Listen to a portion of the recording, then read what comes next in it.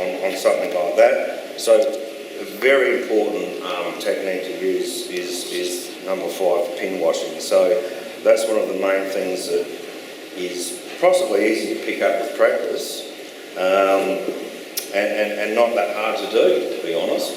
The only thing you need to be careful with the pin wash is that if you use a lot of enamel paint on there, you need to make sure that that's dry first before leaves. But basically what we're going to do is make grime, and the grime will be left in the corners. A similar sort of effect to that is pin washing as well. However, pin washing is different because what you're doing with the pin washing is you're just picking out specific areas. So what we'll do is we'll actually apply the paint using the airbrush, because then we'll get an even coat. And then what we'll do is we'll remove some of that paint, and we'll use a couple of different effects to do that. We'll use one effect is to wipe the paint off, and we'll use another effect where we actually wash it off with the solvent that you use, and you'll get streaks and that type of thing, which will be especially good for this tank because you know, you'll get a lot of grime washing down on the side of a tank or something like that. So it's often good before you start weathering to look at pictures of the real thing and get ideas, or just look at other models that have been weathered by other people as well, because you'll get ideas by looking at that. Once you get familiar with the techniques on the list and you've used those, you'll get familiar with what type of effect they give you, and then you'll recognise them. And it's just a matter of trial and error really, because it is a process that anyone can pick up with practice. And in some ways, the weathering is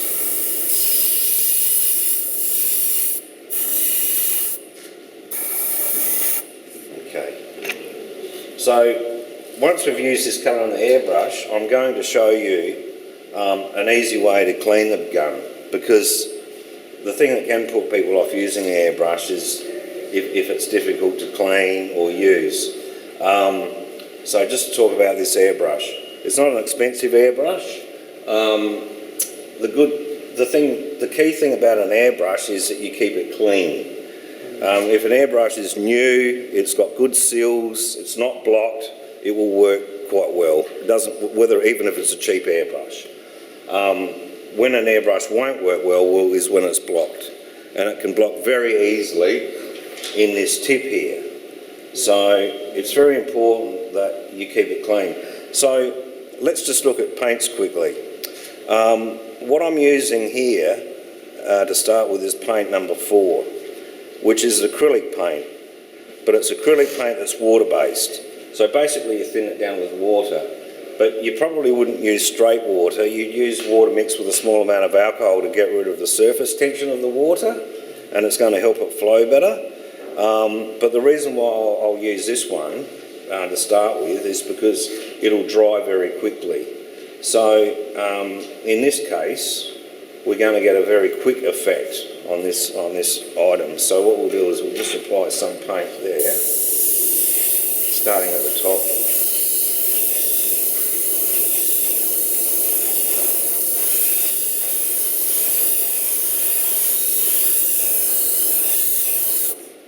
I won't stop halfway between, I'll keep moving.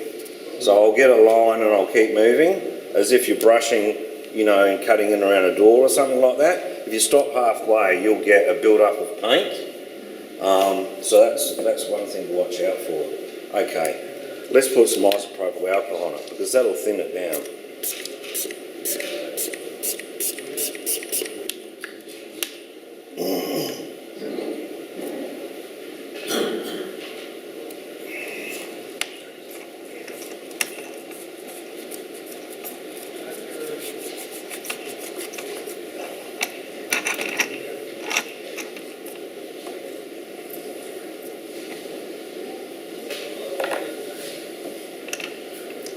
Right, so now we've got some streaks. Okay, so also you'll notice here you want to zoom in, Michael, possibly, is all of a sudden it's picked up detail around the rivets now. This is the type of thing you can get when you use a pin wash. A pin wash is when you get the paint on the brush and you drop it in and it will just flow around the rivets or the detail. To do a pin wash, you'll need to use paint number 2, enamel, or paint number 5, oils. The reason for that is because oils and enamels will flow. It'll be difficult to do a pin wash with water-based paint because water-based paint is stodgy and it dries too quick and it does not flow. You can get an additive to put in water-based paint to make it flow, but you'll find that it's difficult. So, you know, the only way that you'll really get detail quickly in, you know, these indentations is to apply and then remove as quick, and you'll have to do it quickly with water-based paint because it dries very quickly. So the advantage with water-based paint is that its ability to dry quickly. Then it allows you to get onto the next stage of weathering, and weathering is about stages or layers. So basically you'll use more than one effect on a model depending on what type of effects you want, but you may, depending on what effect you want, choose 2 or 3 different techniques you know, to get the effect that you want. And what order you do that in is basically your choice. So really, if I use an analogy to compare techniques to basically a conversation, is the techniques are the words, and how you have that conversation is up to you. Because it's a personal thing, it's about practice, it's about you being familiar with what the techniques and effects will do, and it's about your interpretation of how you want to use those techniques to get an effect on your work. So the next thing we'll try on this one is we'll now try a pin wash.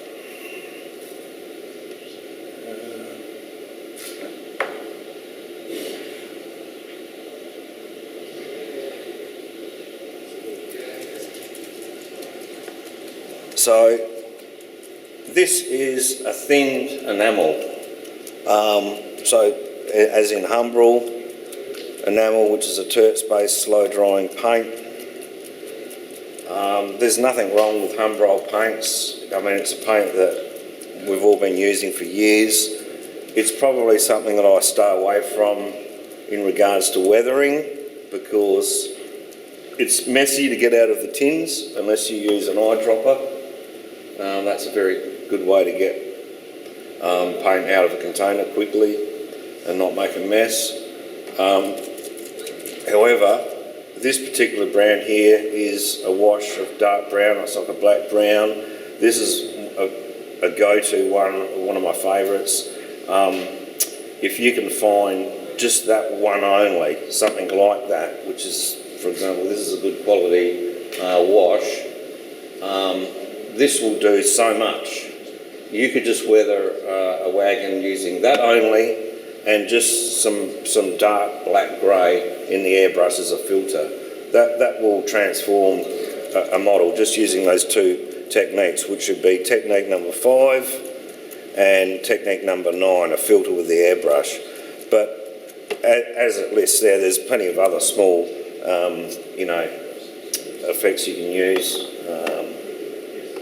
So let's just get some out here.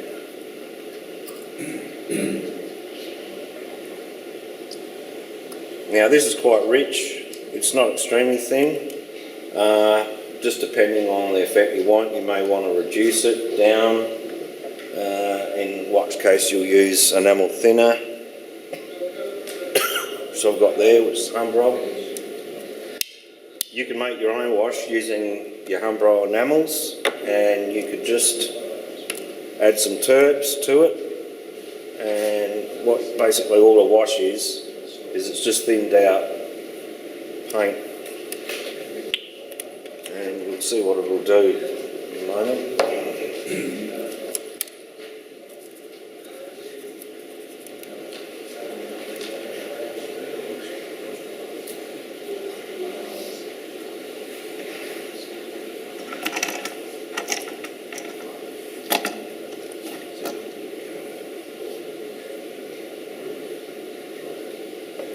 a bit more than that.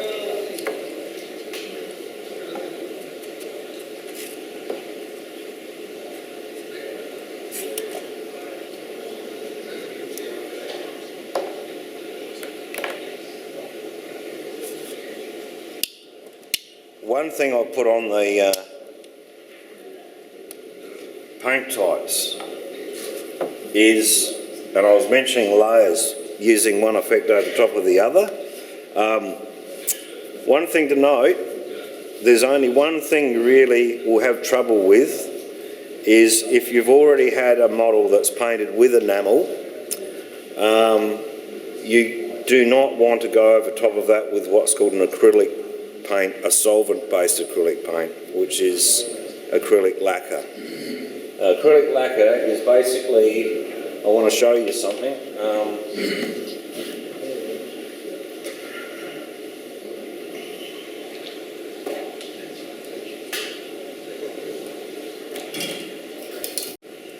Now this is a ready-to-run model, as we just talked about, that'll be painted with acrylic lacquer, and it's a satin finish. So this pin wash will work very well. Okay, we'll just drop it in there.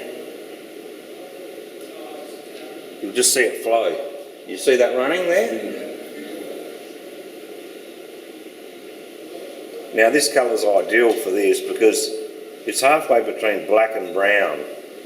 I mean, it can look like the start of old rust. It can also look like oil, grime.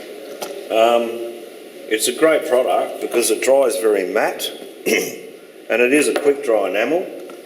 And this is the only time that you can put an acrylic lacquer varnish over top of enamel,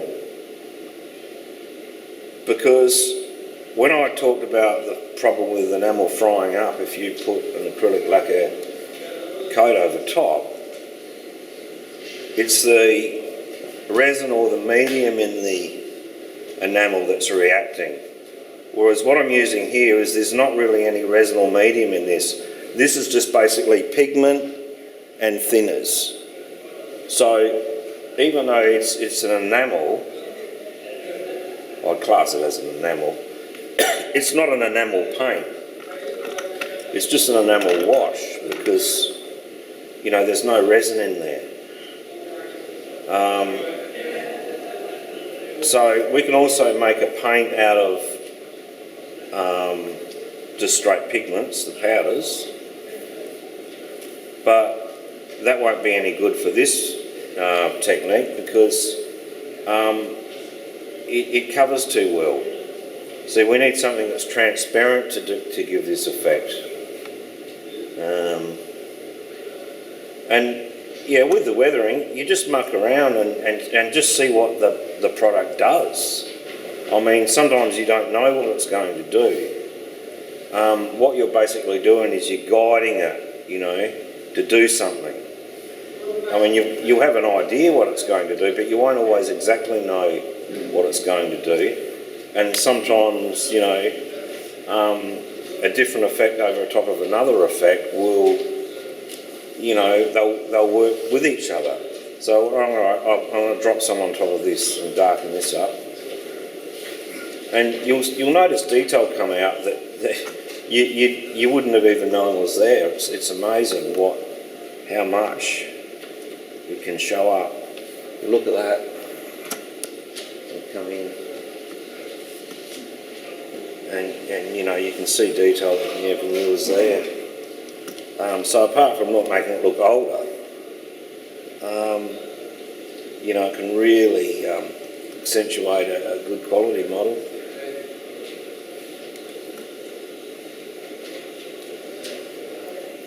And yeah, it's a lot of fun. And you know, I could keep going on this for, you know, probably a quarter of an hour. You know, but I'll leave that for now because At least that, gives you an idea what effect. But we'll let that dry off briefly. There. Now what we might look at is a couple of techniques that are good to represent rust. These are some that are easy to use. We'll look at splatter, number 4. Splatter's a good way to give an effect of rust that's sort of just small spots of rust over something. This effect also would be good for, say, moss on a roof of slate tiles, for example. But yeah, it's quite an interesting effect, so we'll try on this one.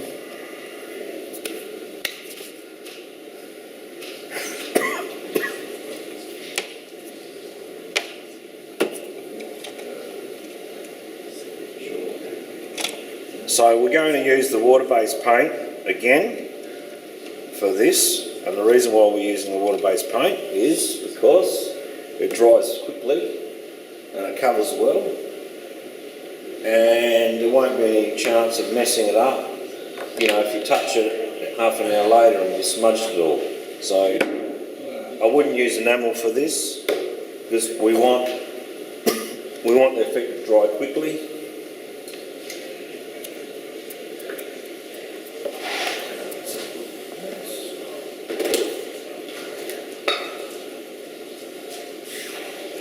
Good way to hold your water is in something like this. You don't need a lot.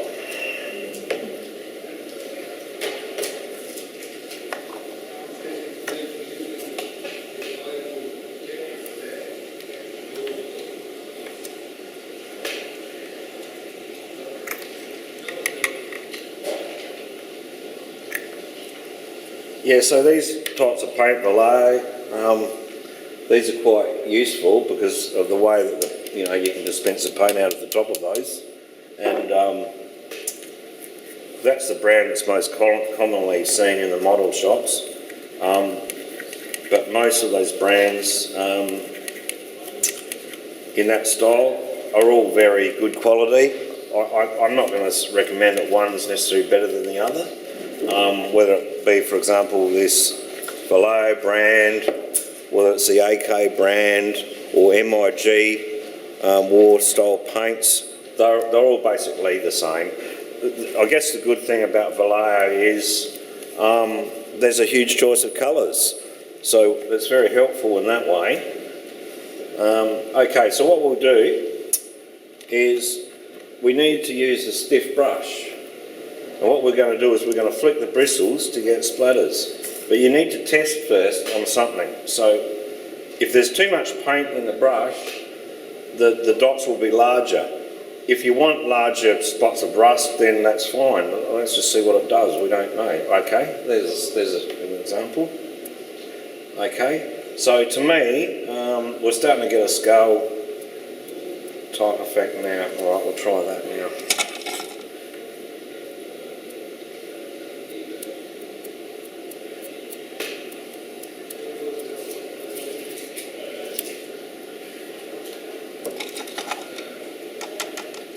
Now, if I want finer dots, I can use this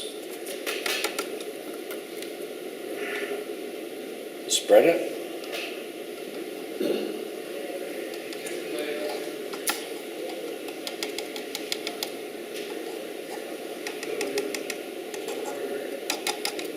So we've got a blob here that I didn't expect, but we don't call it a mistake. If something happens and you don't like it, you either turn it into a good idea or you get rid of it altogether. As I said before, with this water-based paint, because it dries so quickly,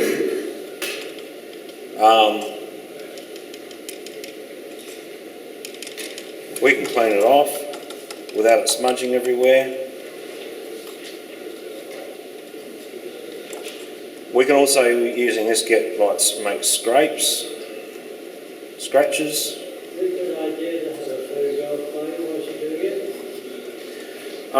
it's a great idea to have a photograph with you. I'm going off of memory because I'm familiar with how things look and how I want things to look. But having a photograph is a brilliant idea. As I mentioned before, having something to follow is very helpful because you get ideas from looking at the real thing, and you also get ideas from looking at other models that people have weathered. I mean, you know, the inspiration can come from a lot of different places. So, yeah. Now, we might want more rust on the top. We can just dab it. Because it's a coarse bristled brush, I can also get effects by just dabbing it on the end. So it's about experimenting. That's what it's all about. Good idea to use a model that you don't care about, or that's not, you know, when you're learning, because basically you'll be more game if you're working on a model that, you know, is not as valuable to you. And the best way to become competent at weathering is to experiment, really. And so you can't let fear hold you back. You've just got to try things. So if, for example, you're working on a model that is worth, you know, something to you, just try it out on the paper first, okay? You know, until you're confident that that's the effect you want. What I'm doing here is I'm not caring. I'm just doing it anyway, because the whole advantage of that is not every wagon's going to end up looking the same. So now we've got a finer effect now because the paint started to dry out of the brush, okay? So you can see that the dots are a lot finer. So, you know, that gives you an idea of what you can do with number 4 splatter. Now, what we'll do next is we're going to show you a type of chipping effect with a sponge. Now, chipping is an interesting effect for weathering. What chipping basically means is the effect of paint coming off and showing a layer underneath, paint coming off showing rust underneath, paint wearing off. So basically what you can do is, I'm just going to explain a couple of things you can do with chipping. You can get a model like this that I've actually put a metal effect on, which we'll talk about next. But there's a small amount of splatter that was done on there. It's very fine. It was actually done with the spray can. If you spray a spray can from a certain distance away, similar to the can I showed you earlier, you'll get some fine splatters coming out of the can because it doesn't atomise. It doesn't atomise perfectly. So, yeah, that's one other thing you can do. So with the chipping, what we're going to do is we'll use a chipping effect with a sponge, and it's just going to look like there's rust showing, spots of rust showing, you know, where it's chipped off the edges, for example.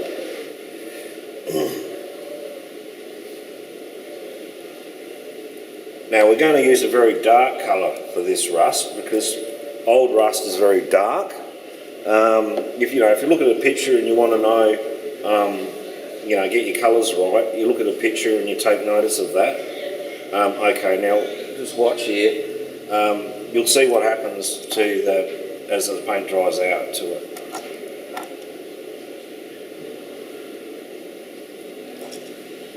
So the old rust that's behind will be very dark. It'll be like a dark mauvey brown. And old rust goes from a dark sort of mauvey brown not so much a reddish brown, more of an orangey brown, to a very orangey, very bright orangey brown when it's fresh. So fresh rust is usually on the surface. So what we're showing there is we're just showing paint that's chipped away, and the bare metal that's left there is just over time has gone very dark. So the sponge is basically picking up, we can pick up edges. We do it very lightly. We go around to the back. We can go a bit heavier.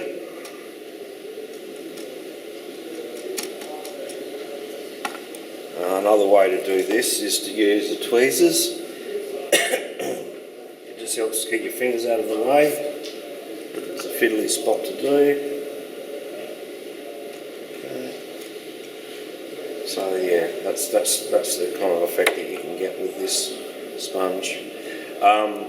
So the other way to get a chipping effect would be, see how I've gone over this with a darker brown at some point, and then what we've done is I've also given it a metal effect, which is number 6.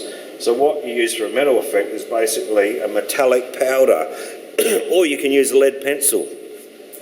So if we want to have a metal effect on the top of this, for example, we could just get the lead pencil and just rub it over the top of these rivets, for example. A lot of the effects you get with weathering are often only really appreciated when you're getting really close, get under good light, or take photographs of your models. Some of the effects, you know, you'll notice from a distance, and some of them you won't really notice until you're getting very close. But so these are more, I would call, advanced techniques that are very detailed. You know, sort of effects you only really see when you're getting very close. So we'll also try to get the metal effects with the brush. Darren, unfortunately these good people need to get to the mini expo. Yes. Just sort of do your little wind up. We'll just do a bit of a wind up. Yeah. Okay, so what we'll do is we'll finish off this one with the a filter with the airbrush. We'll come back over the top.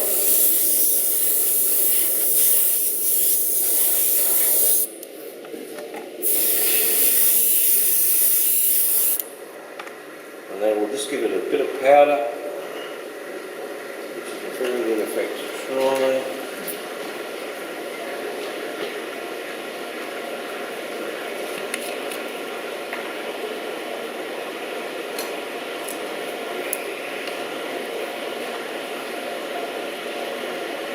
So as I said, powders are very forgiving, very easy to use.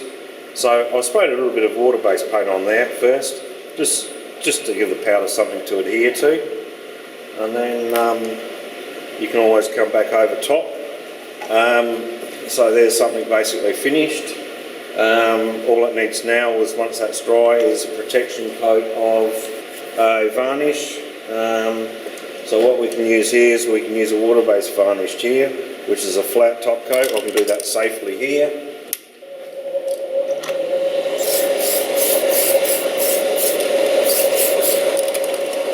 So basically that's sealed in everything I wanted to do. If you want to come back and do anything later on, you know, you can just let that dry and then work over top of it again, try some different effects. So if you're not sure of what effect to use first, just experiment, and just, you know, great to meet you all. And you know, if you've got any questions, feel free to ask. Acrylic. There's 3 different paints that basically called acrylic. But the first one I've listed there is acrylic lacquer. It's acrylic that's solvent based. So that's what you'll find in like Tamiya cans, anything that's very stinky. Then your other acrylic that you'll get, well, let's talk about enamel next. Number 2 is enamel, which is like Umbro. That's sort of turquoise paint. And the medium is basically like a terps, something you produce with the terps. That's just something that you don't want to spray number one over top of if you've actually painted something with enamel.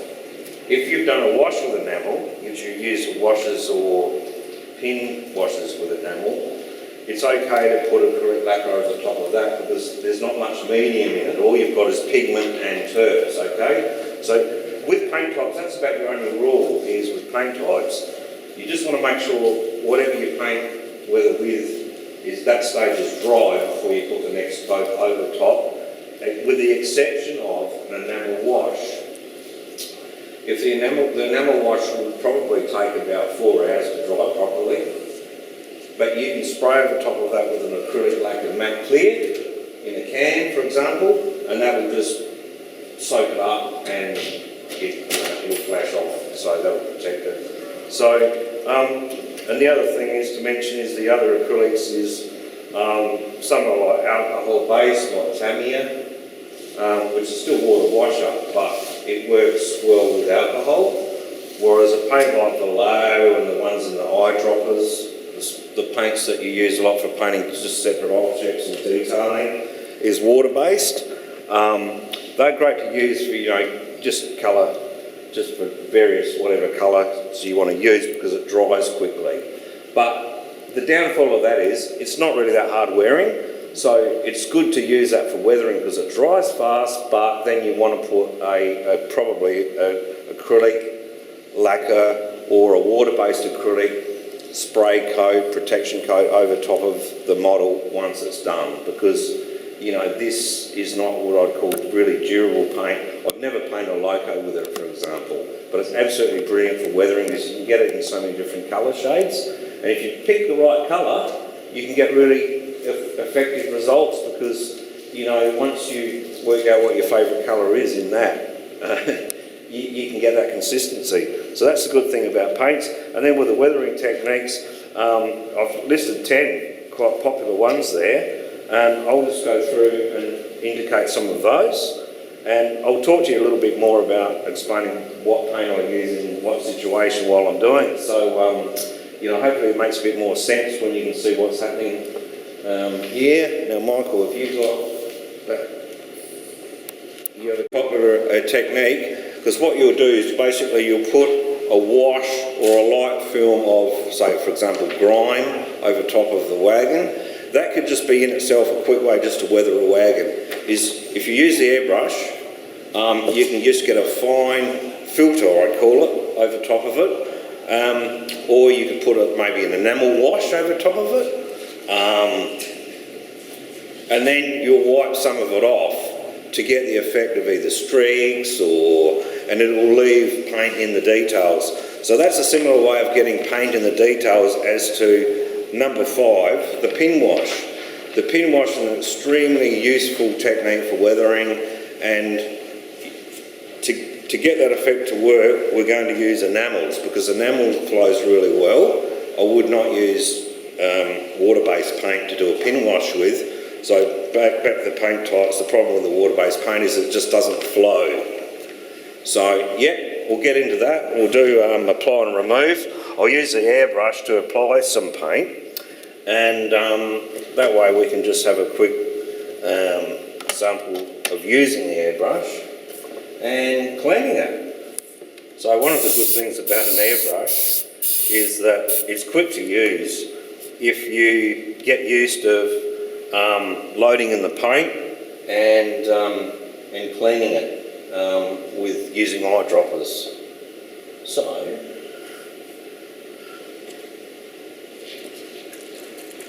So what we're going to use here is we're going to use paint number 3, an acrylic alcohol-based paint, Tamiya. So the great thing about this is we can use it a little bit like an enamel in the way that I can get it to blend and wash back off with its own solvent. Even once this Tamiya paint dries, you can pull it back off again really easy using the isopropyl alcohol. It will dissolve it. If I tried to use isopropyl alcohol on the water-based acrylic paint, it'd probably just, go, it would start to go gummy. It won't you won't be able to reduce it back as easily. So I guess for effects with weathering, even though it doesn't come in dropper bottles, the Tamiya, I get my own. I bought about 100 for maybe $20. And you can mix your own shades of colour or blends, and then you've got that on hand, because it's very hard to mix paint when you're only mixing such a small quantity of paint each time. It's really good if you can get that colour ready, to go, so you can keep that consistency. So that's the other advantage of having these types of paints, is because there's so many different shades available. When you eventually do find the right shade that does the job for you, then you can have that consistency with your model. So, like with all weathering, it's just a matter of experimenting, really. So if you've never done it before, the best way to weather is just to start doing it, and just try on older models and stuff that you're not scared of damaging, because really fear is the thing that will hold you back with weathering, and fear is the thing that's going to hold you back from experimenting. And weathering is just basically about experimenting with the techniques. So it's a matter of getting to know the techniques and what they can do. So what we'll do is we'll just put like a filter on this. So we'll do this one.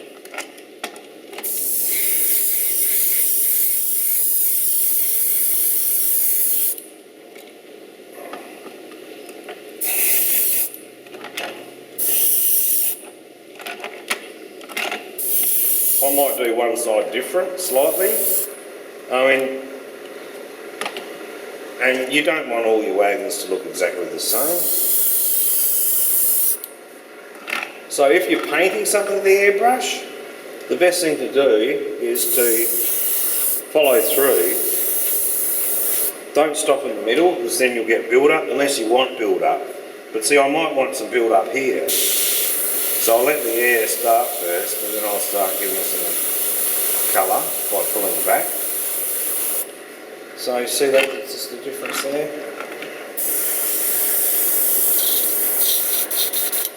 Oh, so that's enough. So don't leave paint in the airbrush. Keep it, blow it through. So the quickest way to clean it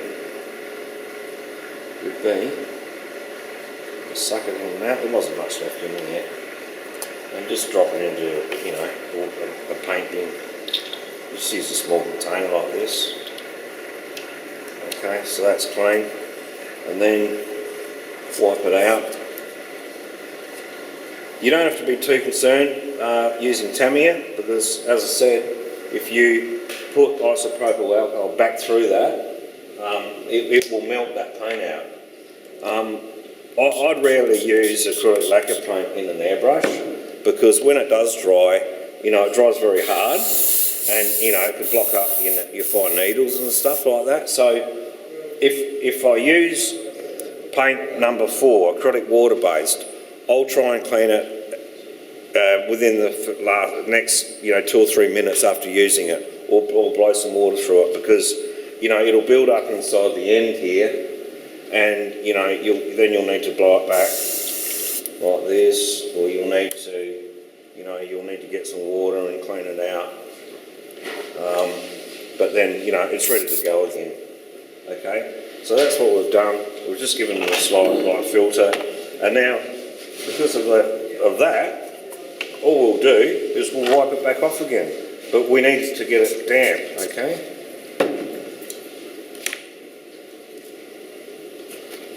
We could use a rag.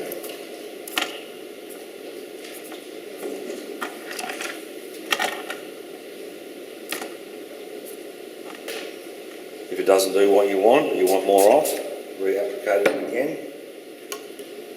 You use a brush. That's giving like fine streaks. So yeah, it's just about experimenting. So basically that's what I call apply and remove.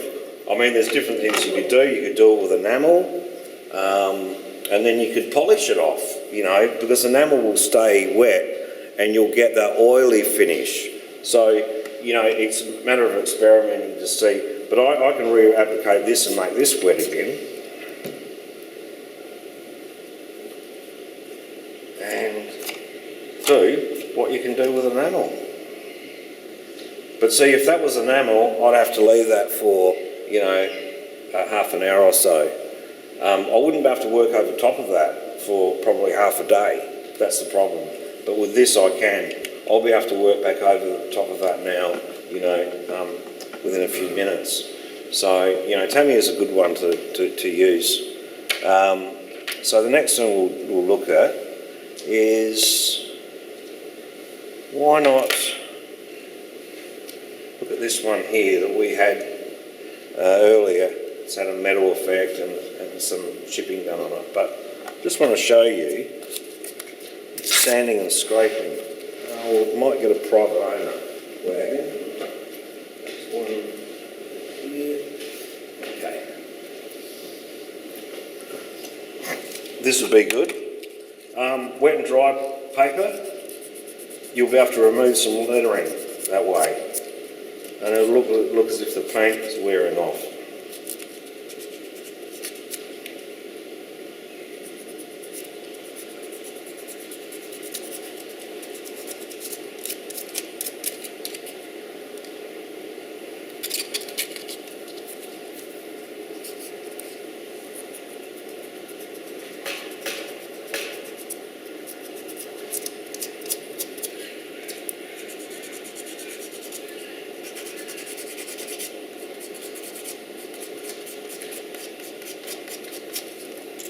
Yeah, that sort of thing. So that's what that means.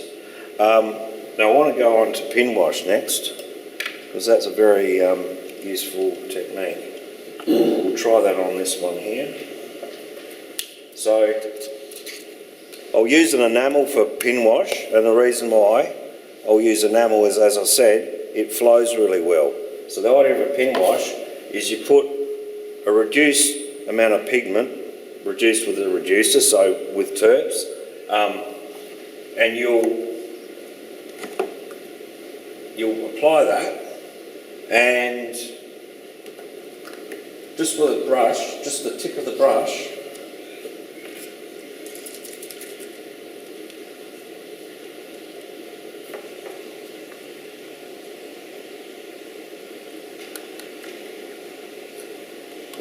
I chose this colour and picked this colour out. To me, this is a good all-rounder for wagons, rolling stock, or it's fairly dark, so you can use it on dark vehicles as well as light vehicles, and it's easy to reduce down and get a lighter effect, but it's just a good black, brown, grimy effect that will allow you to pick out details. I might try it on something white, actually, because that will be good for the camera.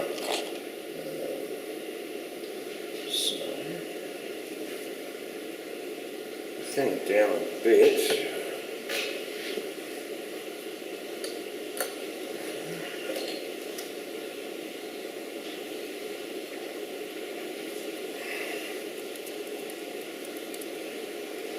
Okay, so this is a pin wash.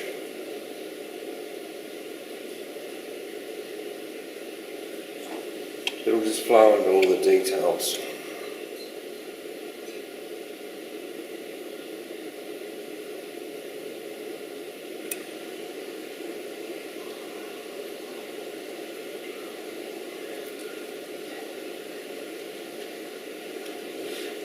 If it's thin enough, all you have to do is just touch it. Maybe a bit thinner than that.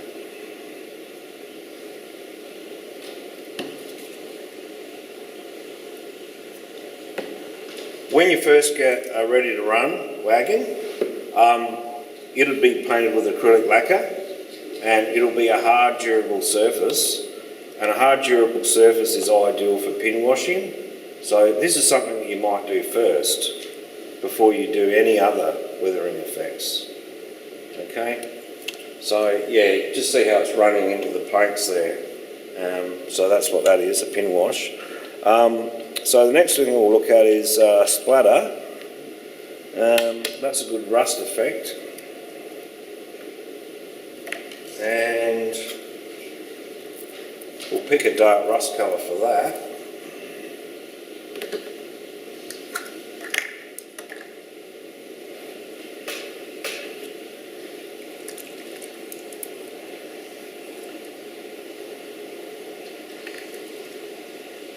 I like this brown for rust.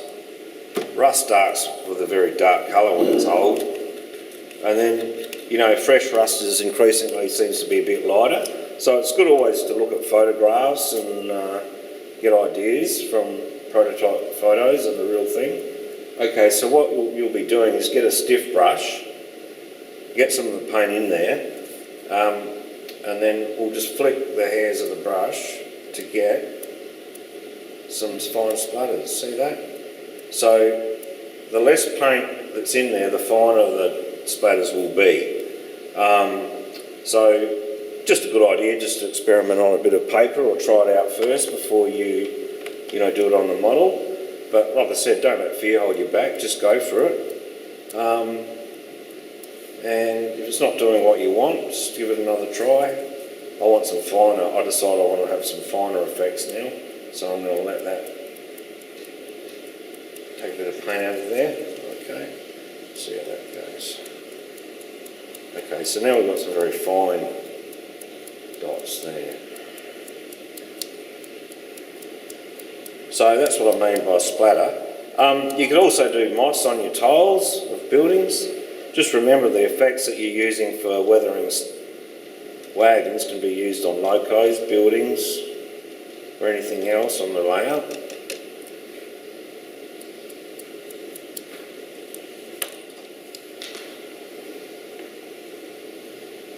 So we're not going to get, hopefully that's...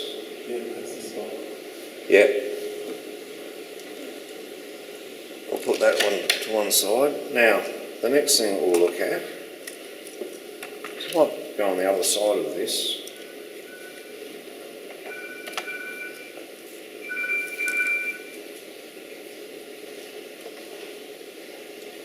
Chipping. That's an interesting one. We could spend an hour on that.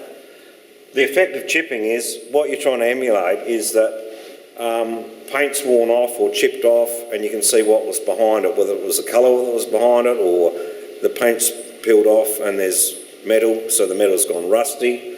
So what we'll do in this case is we'll use a quick way to emulate chipping, as in rust, using a small sponge.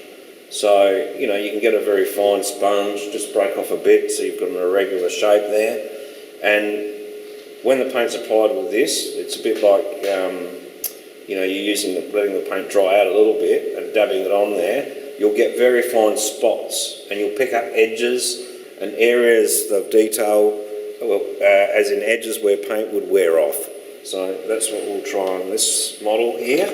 We'll try some chipping around over the model, just using that sponge. So we're going to use a dark, very dark rust colour. This particular one I like to use is called German Black Brown, the water-based paint. We'll use the water-based paint again because this is an effect we want, a stodgy effect here. So if you want the paint to flow, you use an enamel. If you want it to be dry, a dry effect, then you'll use a water-based paint. I could use Tamiya for this, or the Vallejo, which is just any other water-based acrylic. Okay, so now as the paint dries out, you'll get finer and finer effects. I want the heavy effect on the top edge of that metal, so I'll start there. And when I get down to the point where it's coming a bit finer, I'll use that in the middle. There we go.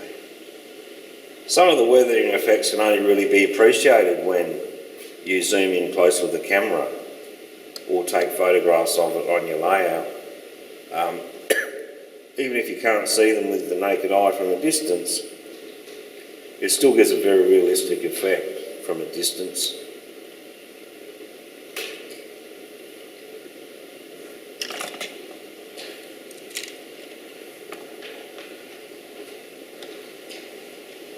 The most realistic thing you also find is when you're doing one technique in combination or combined with another.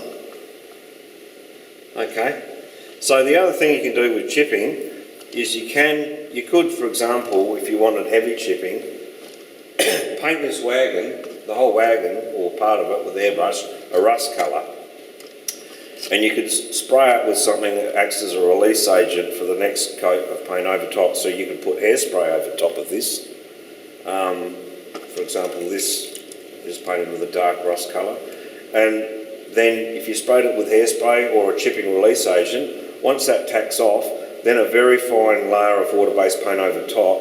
And then when you apply with, say, a stiff brush like this and water, it will actually chip off the top layer of paint and it will leave exposed the colour that's underneath. So that's another effect that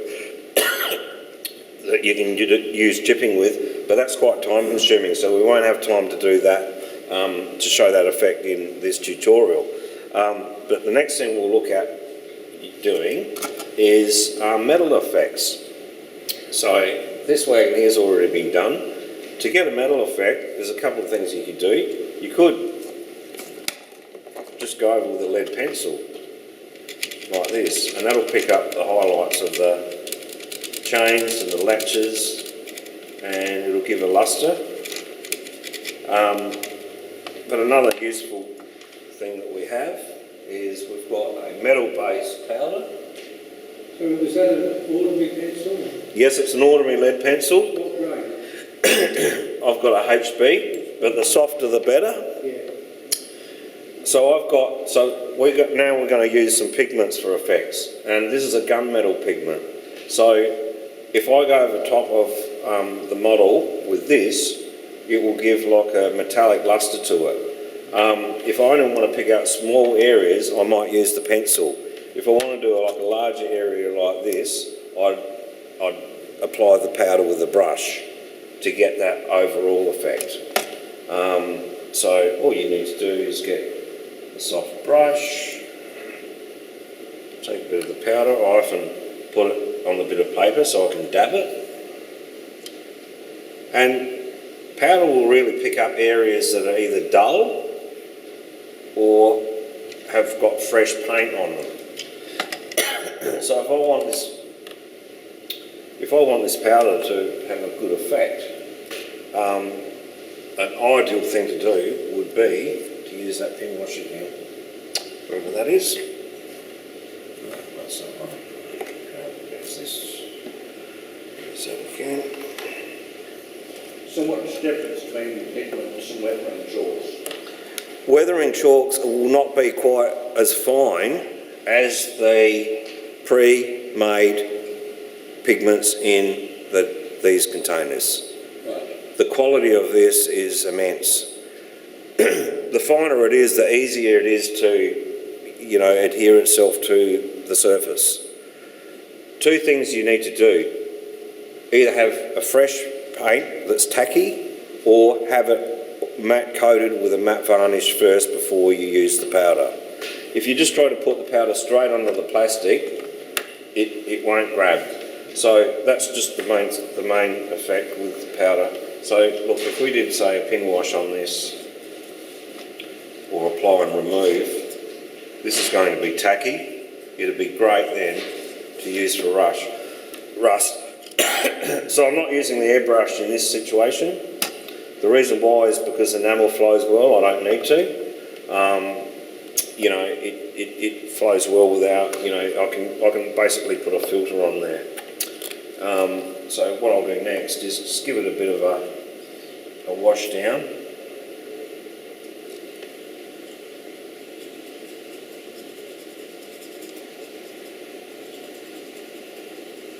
And you can see it's catching on the paint that we did the previous effect with, okay? So some areas it's grabbing, some areas it's not. It's a great way to get, different random effects. We might want to lighten up one area. It's just as good to have a bit of randomness.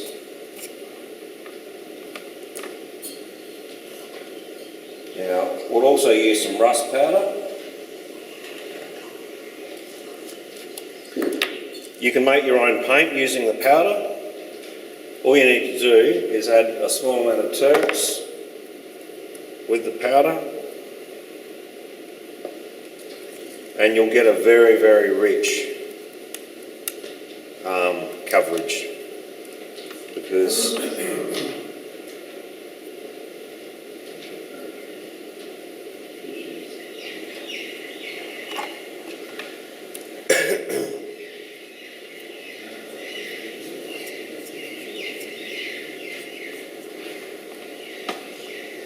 so that's like called a medium rust.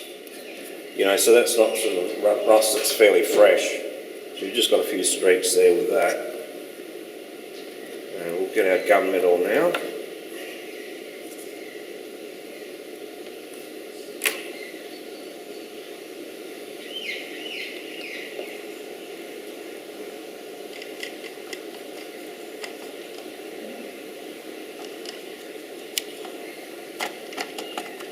And this will grab more where the paint's tacky and fresh. Okay, so I don't know if that comes up. Okay. Yeah, you can see the luster there. So all of a sudden you've got like an aged surface. So we could do chipping over top of that. What you could do is give that a satin acrylic lacquer varnish to seal this, and then put a very light coat of water-based paint or paint that's easy to remove. And then as you remove that second layer, you'll see this underneath. So you're going to get a very realistic effect, in that same way.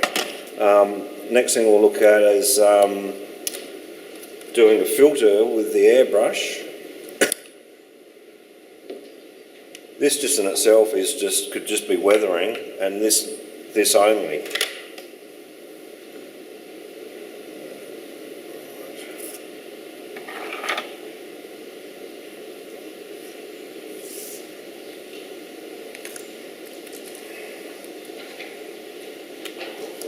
This is especially good if you've got like models with lettering on them, and like the lettering's too bright, there's too much contrast.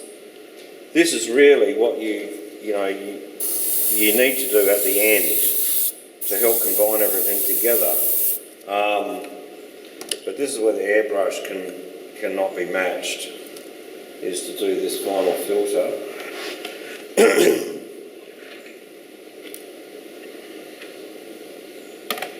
Okay, this lettering's white, so you'll see the effect. So the ideal colour for a filter is like a reduced black or reduced brown.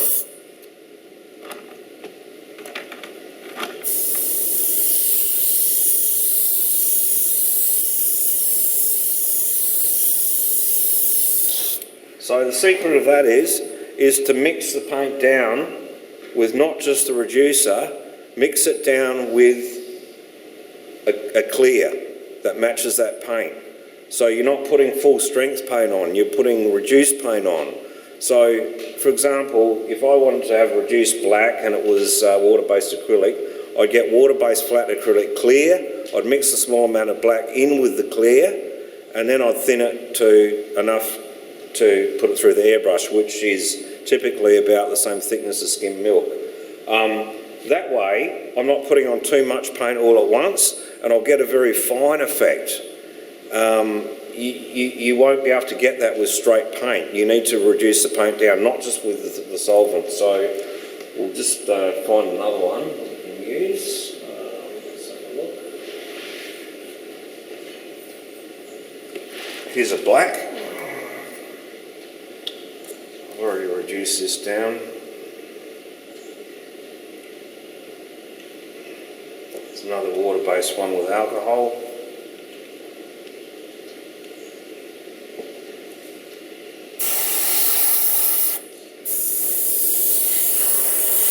This is darker, so, you know, being an oil tank, it's going to suit the job better. Perhaps if you wanted streaks or more effect that way, you could go the other way, especially in that centre area.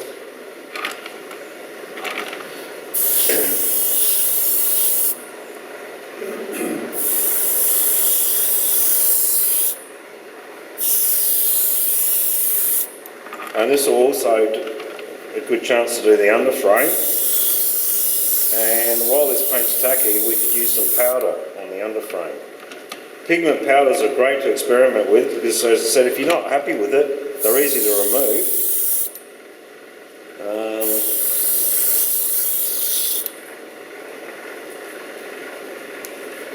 This is a good way to clean with isopropyl alcohol.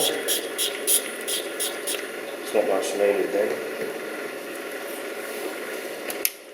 This paint's not really toxic, but it's just good to have this going when you've got a lot of spray happening. It just takes away the particles.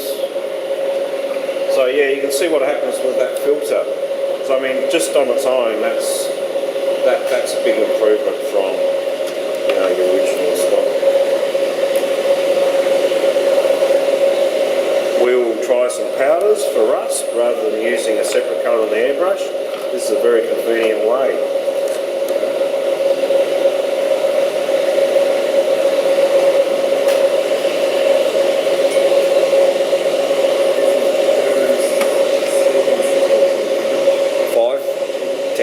Thanks, Steve.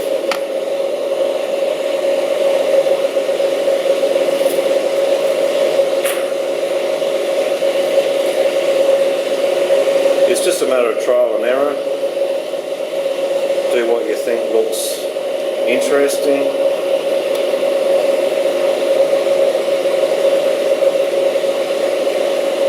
If we had more time, you may want to, before you did this, initially, just paint some areas of this different shades of colours.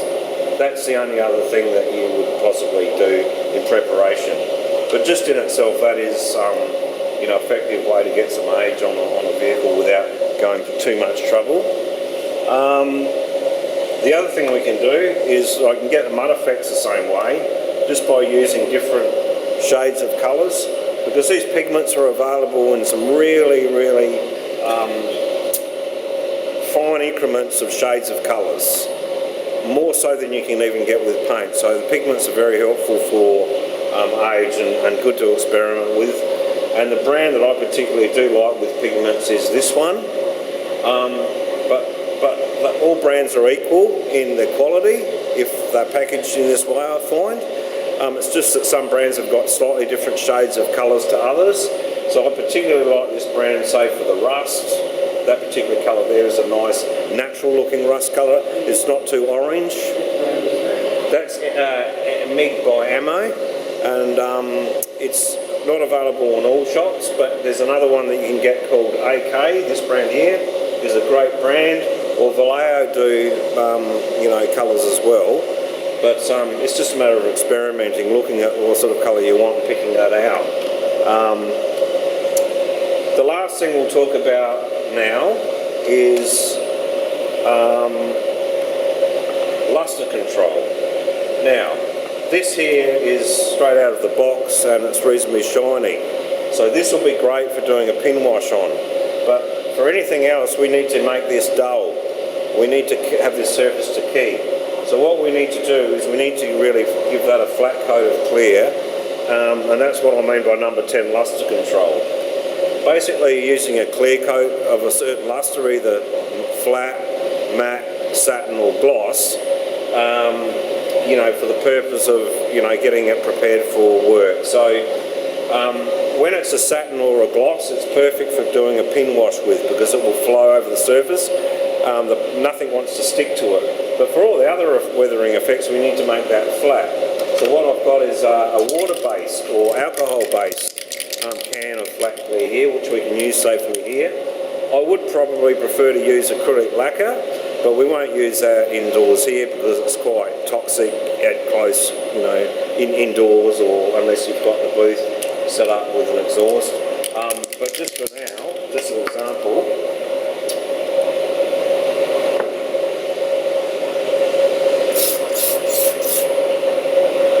And then this is how you'll finish off the model to seal in the work that you've done as well.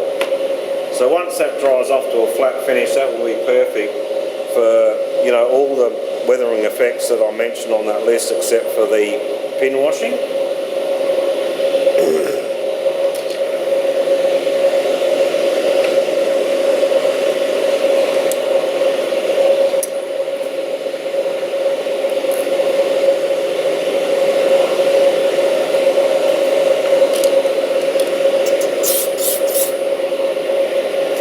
With that, so I'm going to seal that in, but I can come back that later and do some more effects with powders or anything once that dries off, and that would be suitable probably within about 30 minutes. So there's the benefit of using the paints rather than just enamels. Try and avoid enamels for weathering, because the problem is you have to wait too long between stages to, you know, do the next effect. And when you do weathering in layers, one effect over top of the other, you know, that's a very good opportunity to get you know, a good result quickly. So I might just have time to do a couple of streaks on this. We've had the rust done earlier with the splatter, and you know, as you can see, it sort of indicates sort of patches of rust or whatever, but it looks quite effective if sometimes you have some streaks.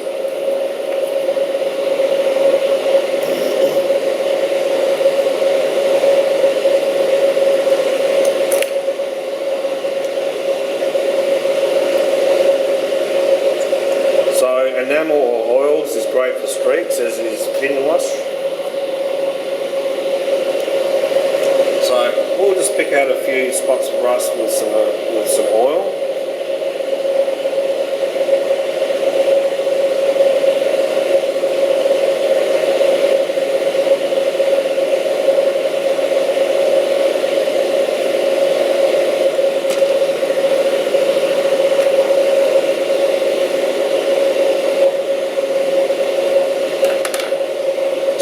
We'll be using terps to reduce that down.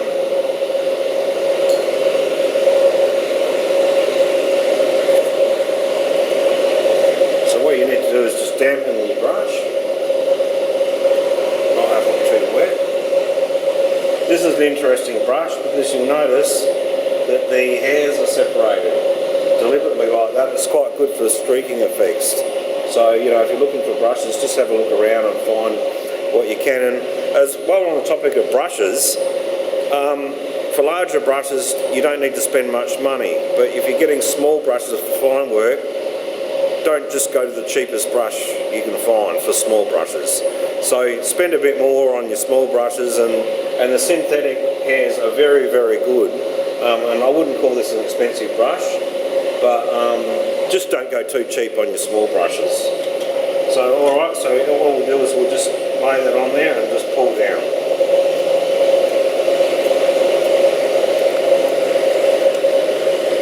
The wetter you get the brush, the more translucent and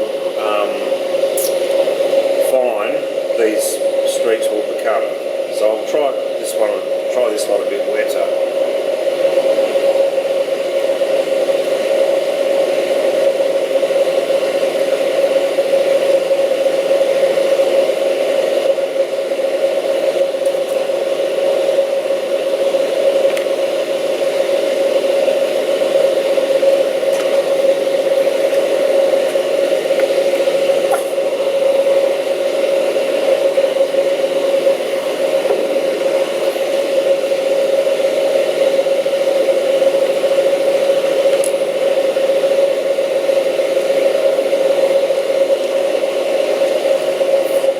And the good thing about enamels or oils is if you want more, you can just add more terps. If you want less, you can use what's in the brush to do a pin wash, okay? I'll take some off of there, and I'll use some of that to do a pin wash.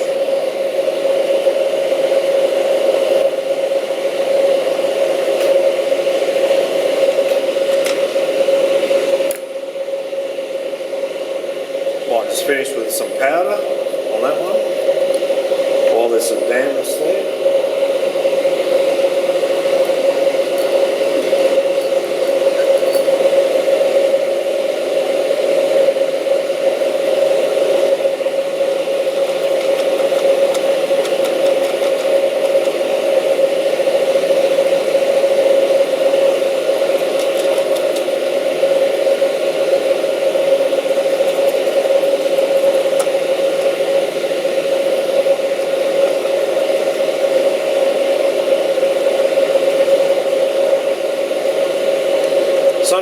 good to do a small amount, let it dry, and then maybe come back to it later, because sometimes when it dries it looks a bit different than it does when it's wet. So, you know, with practice you get to know, but yeah, that is an idea of about 3 different effects you can use, and it's starting to become quite interesting now.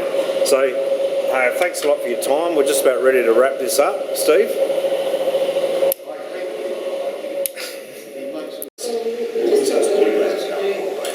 We have